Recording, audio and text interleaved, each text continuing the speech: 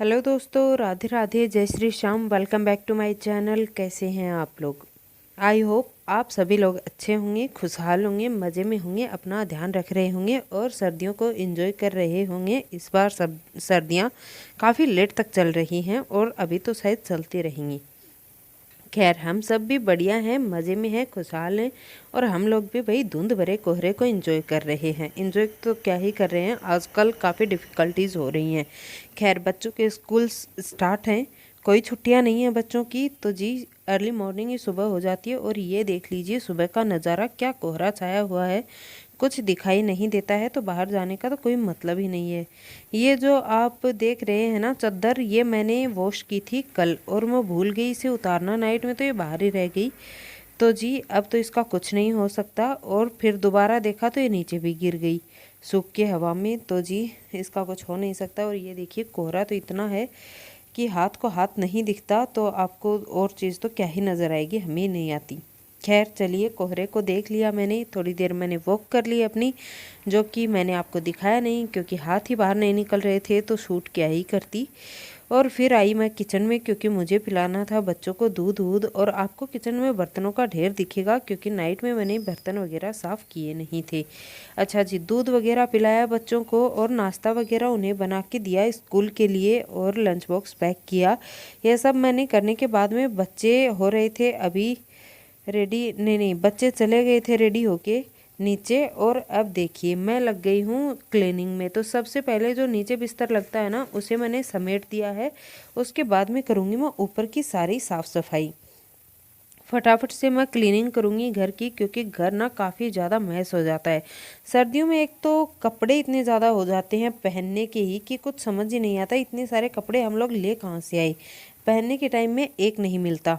खैर, इसके बाद में ये देखिए बच्चों के कपड़े तो आपको कहीं ना कहीं दिख ही जाएंगे। और मैं फटाफट से इस बिस्तर को फोल्ड करके रख दूँगी क्योंकि आने जाने में परेशानी होती है। और अगर जूतों भरे पाँव इनके ऊपर रखे जाए ना, तो फिर तो क्या ही, सोने पे सुहागा काम हो जाता है। बदबूदार इस पे कौन ही सोए बिस्तर पे। मैंने फटाफट से समेटा बिस्तर और सामने भी आपको चप्पल जूतों का ढेर लगा हुआ मिलेगा। 3-3 4-4 जोड़ी चप्पल जूते और 2-2 सेट जूतों की। अब पता नहीं इतने जूते मुझे समझ नहीं आते हम लोग बाहर क्यों रखते हैं भाई। बच्चे घर में जूते बिल्कुल नहीं पहनते, शूज वगैरह उन्हें पहनने को बोलो तो मतलब 1 मिनट पहनेंगे फिर निकाल देंगे। हमारी हप्पी की चप्पलें तो आपको दिखाई दे ही रही हैं, बाकी बाहर भी कुछ कम नहीं है। और जी सबसे बड़ी बात, हमारा कोको, वो अपने बिस्तर को ना पता नहीं अपने ऊपर लेके चलता है कि साथ साथ लेके घिस के चलता है, मुझे भी समझ नहीं आता। ये एक ऐसा बंदा है घर में जिसको किसी से कोई फर्क नहीं पड़ता, चाहे कोई कुछ भी करे, इसे अपना बिस्तर अपने साथ ही चाहिए होता है। और मजाल है किसी की कोई छुड़ा भी ले इससे, ये छोड़ता ही नहीं है। खैर, मैं लग गई हूँ घर की साफ़ सफाई में और अब मैं करती हूँ आगे की फटाफट से क्लीनिंग।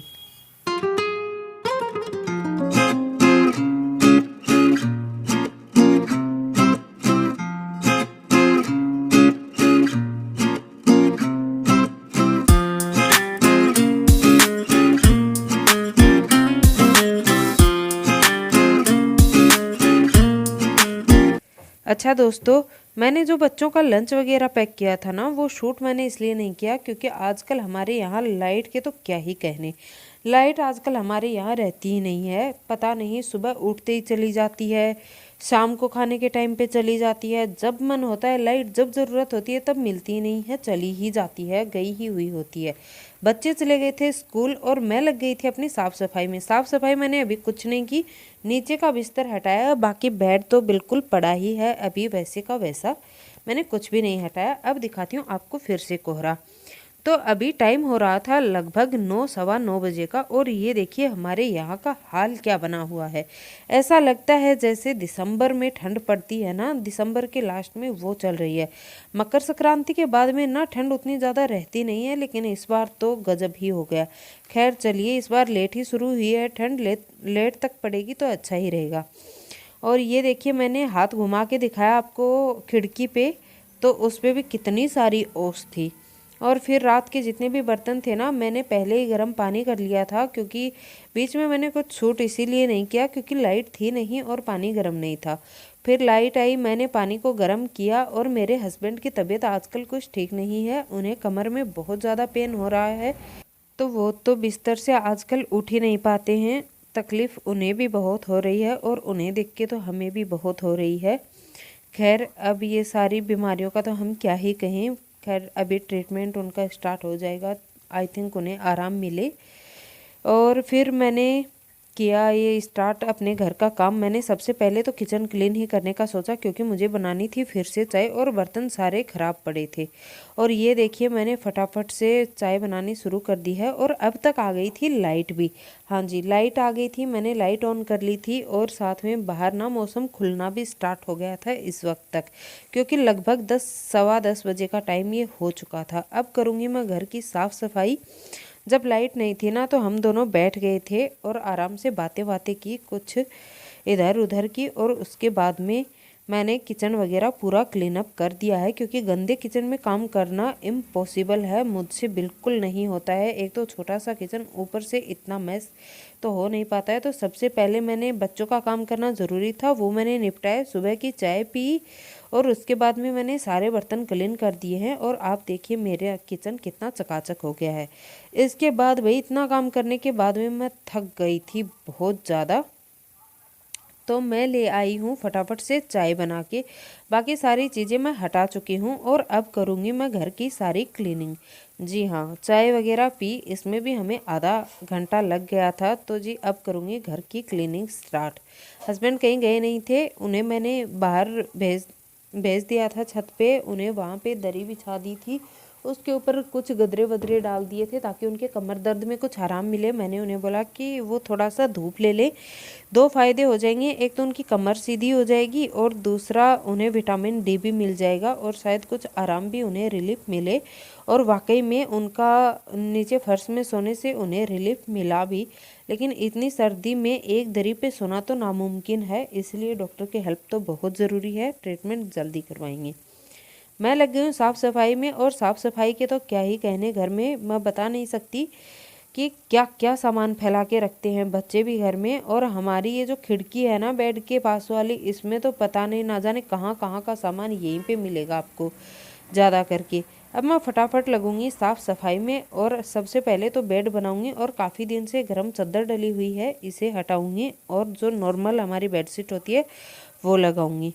तो चलिए मैं लग गई हूँ फटाफट से साफ़ सफाई में। और अब करूँगी मैं क्लीनिंग, झाड़ू पोछा वगैरह सब कुछ। और आपको मेरे हस्बैंड नज़र आ रहे होंगे, तो वो अपना मोबाइल लेके गए हैं। अब अकेला आदमी को टाइम पास करने के लिए कुछ तो चाहिए होता है। और आज बच्चे स्कूल गए हुए हैं और मैं भी अपने कामों में लगी हुई थी, क्योंकि टाइम काफ़ी ज़्यादा हो गया था।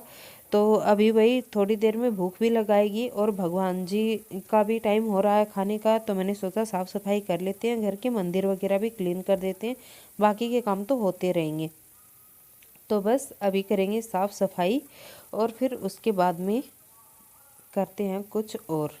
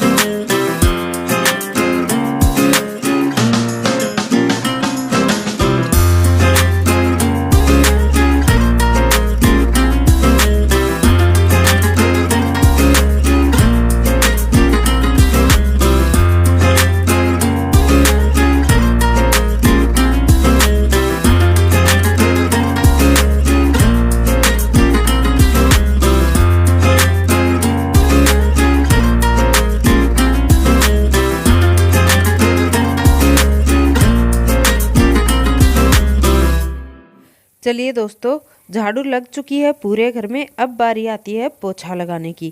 तो मैं गर्म पानी ले आई हूँ। इस वक्त तो लाइट थी, तो मैंने अपना थोड़ा मोबाइल भी चार्ज कर लिया था इस बीच। और उसके बाद में अब मैं लगा रही हूँ पोछा। तो मैं मंदिर में पोछा हाथ से लगाती हूँ, ये मैंने आपको हमेशा बताया है। और इसके बाद में मैं लगाऊंगी वाइपर से पोछा और ऊपर से मैं पोंछ दूंगी, ताकि अगर मेरे हस्बैंड नंगे पैर भी यहाँ आ जाएं तो फिर उन्हें ठंड ना लगे। बच्चे तो हैं नहीं, मैंने शूज़ पहन रखे हैं। अब 2 ही प्राणी हैं घर में, एक तो हमारा कोको और दूसरे मेरे हस्बैंड। तो जी कोको को तो फ़र्क पड़ता नहीं है, वो उतना ज़्यादा नहीं घूमता है, डराने धमकाने से एक जगह पे बैठ जाता है। और इस वक्त ना मेरे पापा आ गए थे किसी काम से, तो फिर मेरे पापा के पास हम लोग बैठ गए थे ना, तो वो कोको तो चला गया। और अब मेरे हस्बैंड ही बचे हैं, तो जी उन्हें अकेले एक जगह पे शांति मिलती नहीं है, क्योंकि उनको ना घूमते रहने की आदत है। तो इंसान ना, हम लड़कियों का क्या होता है ना कि आराम करने के लिए थोड़ी देर एक जगह बैठ जाएंगे, लेकिन आदमी लोग होते हैं ना, ये नहीं बैठ पाते हैं एक जगह। तो जी उन्हें घूमने के लिए मैंने ही बोला है कि आप घूमते रहिए छत पे, और मैंने गेट कर दिया है बंद, और फटाफट से सूखा पोछा लगा दूंगी ताकि ये सूख भी जल्दी जाए। और क्योंकि इस वक्त तक खाने का टाइम हो रहा था, तो मैं फटाफट पोछा लगाने के बाद में बनाऊंगी खाना। और चलिए आप लोग वीडियो को करिए एंजॉय। और अगर आप लोगों को दोस्तों वीडियो पसंद आ रही होती है ना, तो आप लोग मेरे वीडियोस को लाइक कर सकते हैं, चैनल को सब्सक्राइब करके जा सकते हैं, अपने दोस्तों फैमिलीज़ अड़ोसी पड़ोसियों के साथ शेयर कर सकते हैं। और ये फ्री ऑफ कॉस्ट है, इसका कोई पे नहीं करना पड़ता, और इससे मुझे मोटिवेशन भी बहुत मिलता है। किस तरह की व्लॉगिंग आपको पसंद आती है, क्या मैं आपके साथ शेयर करूं? अगर आपके पास कोई सजेशन हो तो आप लोग वो भी शेयर कर सकते हैं। मुझे आपके प्यार भरे कमेंट्स का बेसब्री से इंतज़ार रहेगा।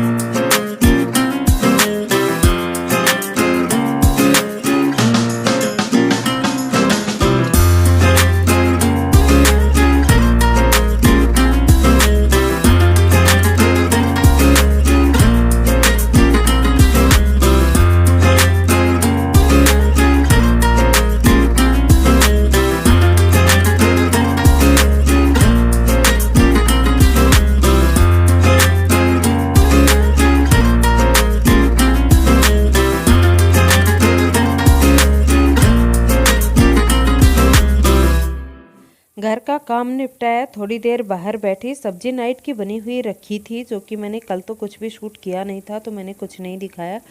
और अब हो गई है लंच की तैयारी, तो मैं करूँगी फटाफट से लंच बनाने की तैयारी। लंच में सब्जी रखी हुई थी, दही था, घी खांड वगैरह सब कुछ थे, तो मैंने सोचा फटाफट रोटियां बना लेते हैं। और जी थोड़ा सा आटा कल नाइट का बचा हुआ था ना, तो बच्चों को मैंने रोटियां उसी से बना के दे दी थी।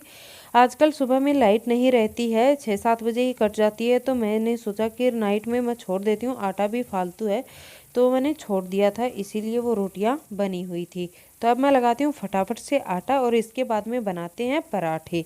जी हाँ, आज मैं बनाऊंगी ट्रायंगल वाले गर्मा गर्म पराठे, और उसके साथ में करूंगी सब्जी गरम, और फिर दही तो हमारा है ही, जो कि मैं अपनी मम्मी के घर से लेके आती हूँ।